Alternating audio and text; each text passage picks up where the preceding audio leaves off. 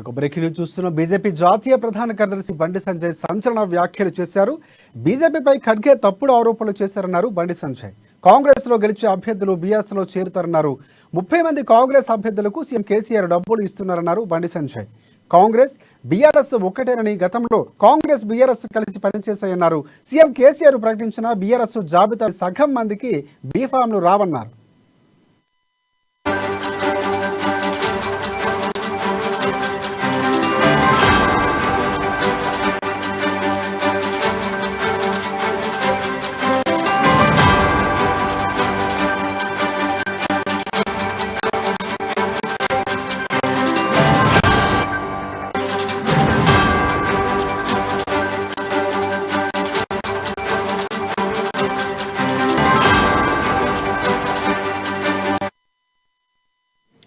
Breaking news చూస్తున్న BJP జాతీయ ప్రధాన కార్యదర్శి బండి సంజయ్ సంచలన వ్యాఖ్యలు చేశారు.